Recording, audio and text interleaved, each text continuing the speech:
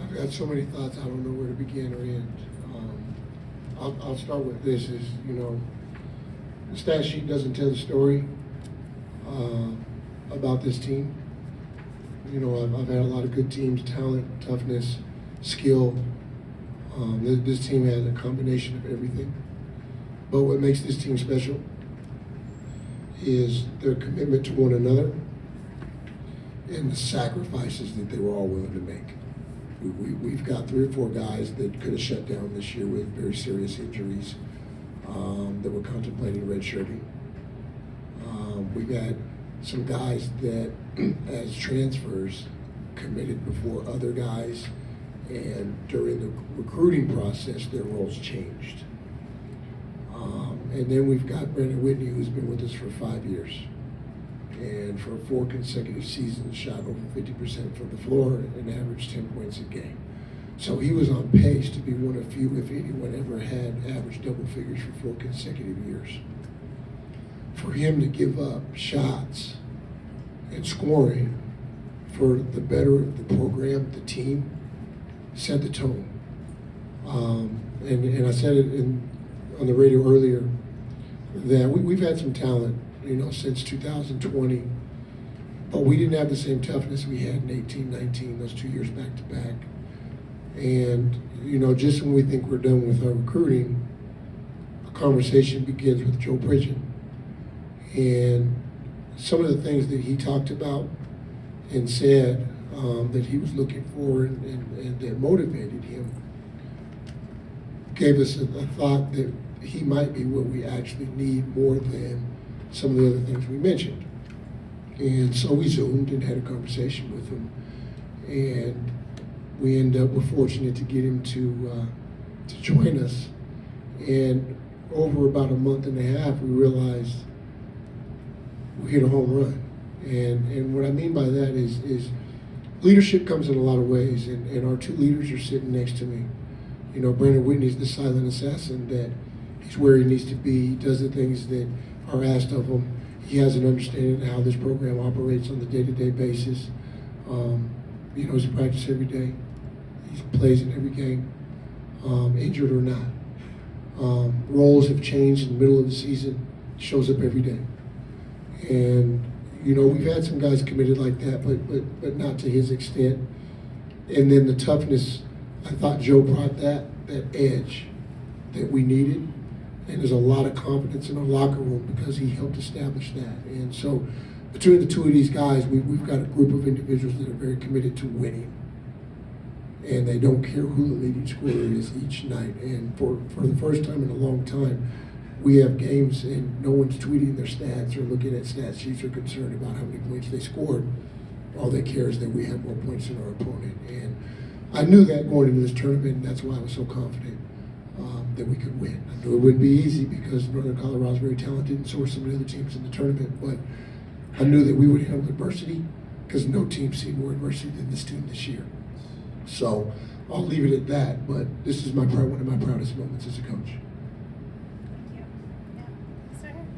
Joe, and then Brandon, you guys are playing your 3rd game in 4 days. That lead gets all the way down to 1 in the last 3-4 minutes. Can you just speak to the mental and physical toughness it took in those last minutes to close this game out? First, yeah, I mean, league is 9-1. We know Northern Colorado is a very talented team. Obviously we split the regular season championship with those guys. We knew what they were capable of, but we also knew where we come from.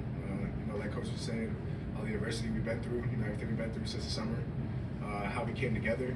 That's what we leaned on. Kind of just looked each other in the eyes and we were asking each other what we wanted. And then the rest is what it is.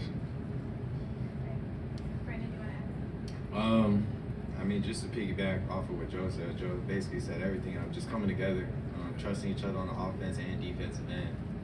And we knew that they were going to go on runs. And like I said, we just had to come together.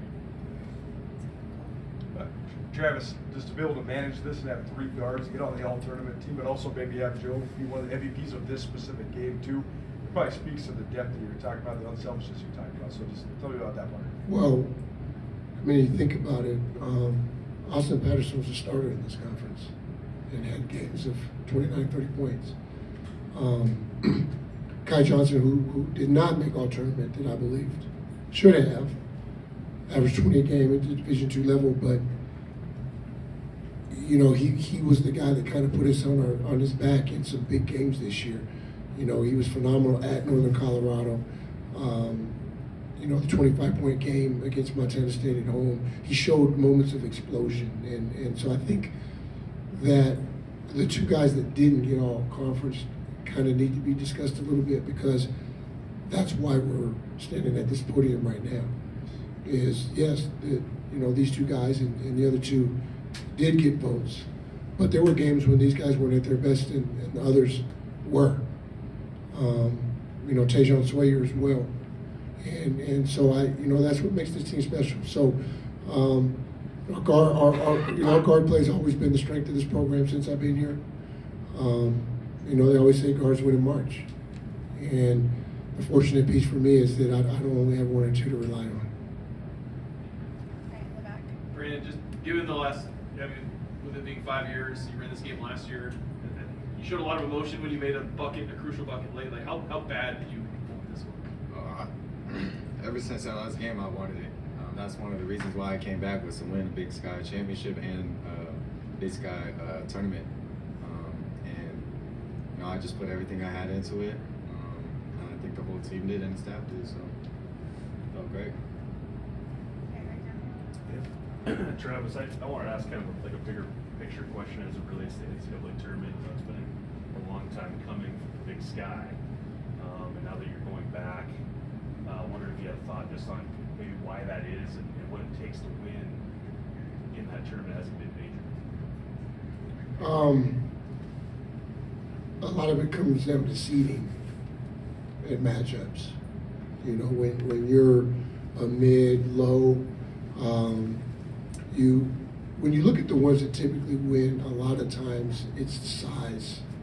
They get an equal matchup in terms of size, and so when you know, you look at teams like the Atlantic 10, the Mountain West, you know, the American, those conferences aren't as big as the Big 10, the Big 12, and so sometimes those are the teams you can pick off, a la Montana in 2006 with Eric Stoliak, and so a lot of it's that, but then sometimes it's just getting hot. And you know, we got off to a great start in 2018. I thought that was a very winnable game for us. Your best player can't, you know, your most explosive player can't get in foul trouble with 10 minutes to go in a half. And a lot happened in that game. We were up 10-0. Michael Guinea picks up the second foul, and all of a sudden the power goes out. And so I can't remember, maybe 15, 20-minute wait for the game start. So the momentum we had was gone. And so that was a very unlucky moment for us. The next year, Jamal Kobe and hurt, we were just way too small. We played 5 guards back then. That's not a team that's going to win the tournament. So some of it's luck of the draw, some of it's health of your team. But you know what? Somebody's got to show up and have a big game. And we just didn't have that with our two teams. And maybe this time somebody explode for us. We're gonna go right down. You hit on it a little bit earlier, Joe. Late in the game, Austin Patterson gets an offensive rebound or free throw. He finds you. You jump out of gym, dunk the ball, crowd goes crazy. You push the lead back to 5. A little bit about the energy sway that play kind of offered for you guys, what it meant for you, and what it meant for the team. For me, it was kind of like a full circle moment. You know, that was kind of what I started doing in Missoula. You know, kind of get my name out there. You know, give confidence to my teammates. You know, just I was being aggressive and getting on the rim, and you know, being able to bring that type of energy to the bench and you know the rest of the team. And that energy is infectious. You know, as you do something like that, you know, your teammates they feed off it. You know, the next play down, I think we scored. Coming back down the next play, yeah, win. And then. But yeah, it was kind of a full circle moment. It was a cool moment for me. Yeah, it meant a lot. All right, we're gonna go up to the camera back there. Joe, Coach talks about you bringing an edge to the program. It's a little fun one for you, though. Yeah. How much do you think maybe the sleeveless Joe brought an edge tonight? Yeah, man. I kind of wanted to bring a little intimidation factor with that one. It seemed like it worked. So you know, but yeah, definitely toughness is my game. Mental toughness, physical toughness. You know, just being able to weather storms and keep going forward. You know, that's what I'm about. So glad I can help bring it to the team and have those guys feed off. Joe, when they gave you single coverage in the first half, how excited were you? And then for Brandon, how excited are you as the point guard when they're not double teaming Joe? Yeah, man, I was just telling Coach Trav, it's about time I got a one-on-one matchup. You know, I've been seeing doubles all year. It kind of forced me to expand my game, become a better passer. So I'm grateful for that. But, being able to get the one-on-one matchup, that's where I live. I was able to take advantage, make Whit's job easier. Like he just said it. It makes our job a lot easier with him playing one-on-one down there. We know the way he can score down there, so. All right, last question quickly. Coach, you win it back-to-back, 18-19, and then how does this one feel compared to that, given a little bit of time in between? I try to avoid comparing teams and players because I want to be completely respectful for the ones that I've coached in the past. But I'm going to say that this is my proudest moment as a coach, as a head coach, because of what this team has been through. And, I can't speak to everything that this team has been through, but the team knows. And I've never been around a basketball team that has had as much adversity as we have had. And to see these guys come together and support one another through it has been huge. And it wasn't until the second half of conference that we even knew who we were as a team. And we came together at the right time. I don't think we were playing very good basketball, but we were winning games because we were tough and we wanted to win. We were trying to win, but we didn't know how, and we had to learn. And usually you need some luck to win championships, and this has been a very unlucky team. And usually you don't win. You don't even have winning seasons going through some of the things that we've gone through. And there's 3 or 4 guys in our program that very easily could have sat this year out and didn't. And so this is my proudest moment as a coach. Our staff worked completely hard to pull this thing together. I won't say hold it together because these guys wanted to be together, but we had to pull it together. So of all my years in championships and experience, I'm going to enjoy this trip to the tournament with these guys as much as any that I've ever had. All right, well, there. Thank you. Thank you.